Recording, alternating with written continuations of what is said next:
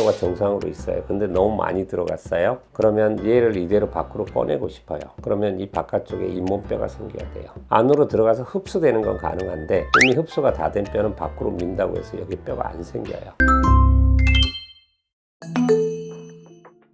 옥리라고 하는 거는 안으로 쓰러진 걸 말해요. 정상적인 이들은 옆에서 보면 밖으로 경사가 져 있어요. 이게 정상적인 이예요. 이게 안으로 쓰러진 걸 옥리라고 해요. 열심히 앞니를 당겼는데 앞니가 이렇게 안으로 쓰러졌어요. 그냥 교정 잘못된 거예요. 이렇게 마무리 못합니다. 마무리하면 얼굴이 오히려 미워 보이고 할머니 같아 보여요. 그러면 이렇게 교정을 하다가 생기면은 어떻게 하느냐? 앞니를 다시 원상복귀 시켜야죠. 이렇게 이런 각도로.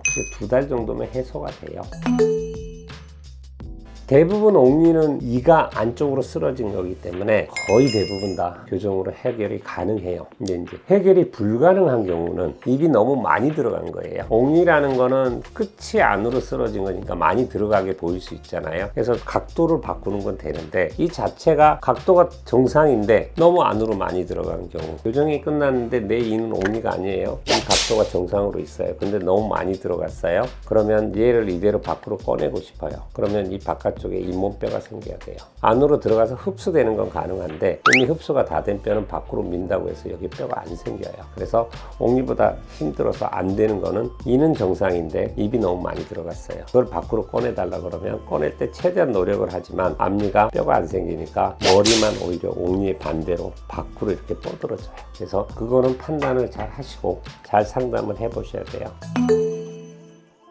철쭉이 열교정하기 더 쉬워요. 밖에 장치를 붙였을 때는 거꾸로 장치 밖으로 철사가 나가는 힘이 있어야지 앞으로 나갈 거 아니에요. 그래서 장치에서 철사가 빠져나가는 힘이 가해지는 거거든요.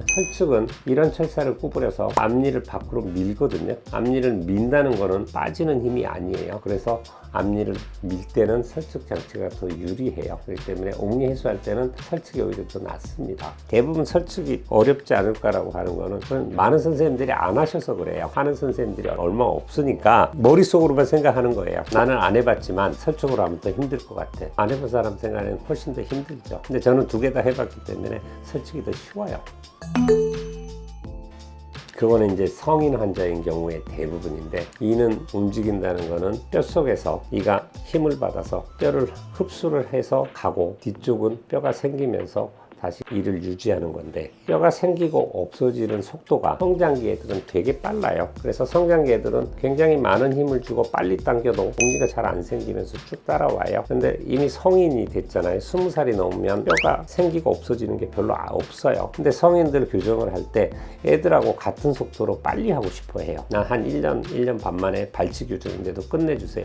할 수는 있어요. 그러면 무리하게 당기잖아요. 그러면 머리는 따라오는데 뿌리가 안 따라와요. 뿌리는 그대로 있고 머리만 따라오니까 소위 말하는 안으로 쓰러지는 옥리가 되는 거예요. 그래서 저는 성인들 발치 교정할 때 애들보다는 아무리 짧아도 50% 정도 기간이 늘어납니다 라고 이야기를 해요. 충분한 시간을 두고 해야지만 옥리가 안 생기면서 이들도 제대로 뿌리까지 다 움직이게 돼요.